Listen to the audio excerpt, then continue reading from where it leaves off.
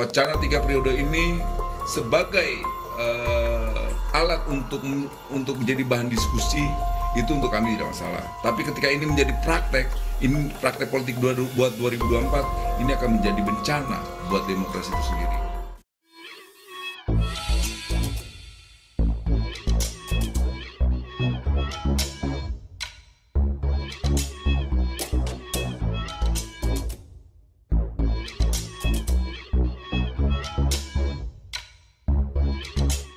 Tonton video ini sampai selesai agar Anda tidak gagal paham.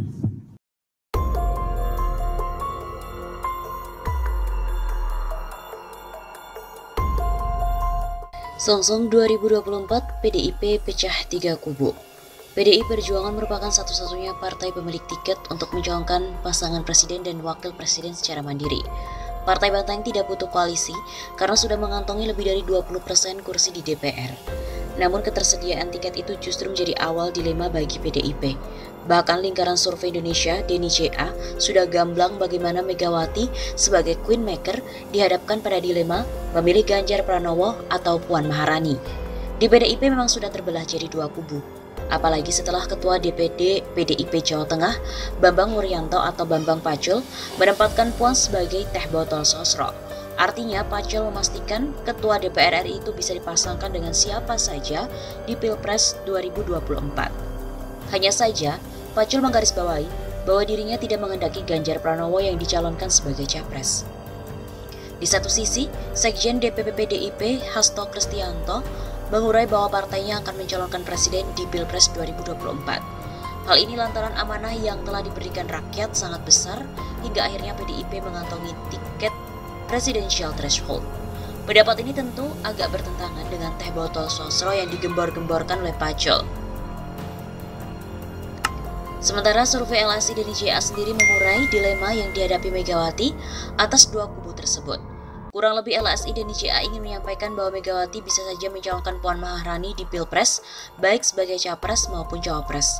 Tapi keputusan itu bisa membuat PDIP kalah di pemilu, baik Pilpres maupun Pileg, lantaran elektabilitas Puan minim.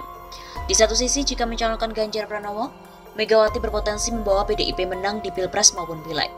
Tapi, PDIP berpotensi kehilangan Terah Soekarno dalam memimpin partai karena Ganjar punya potensi mengambil alih partai saat jadi presiden.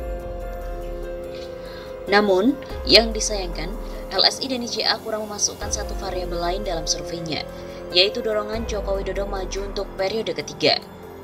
Joko Widodo memang sudah tegas menolak wacana yang dilontarkan Direktur Eksekutif Indobarometer Kodari itu. Bahkan disebut Jokowi bahwa wacana itu hanya digulirkan orang yang cari muka dan ingin menjerumuskan dirinya serta menampar mukanya.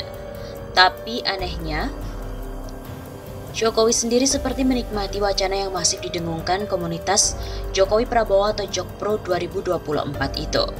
Menikmati lantaran Jokowi tidak memberi teguran keras secara langsung pada Kodari. Bahkan Kodari seperti mendapat ruang besar untuk memastikan tujuannya menduetkan Jokowi Prabowo bukanlah hal yang mustahil.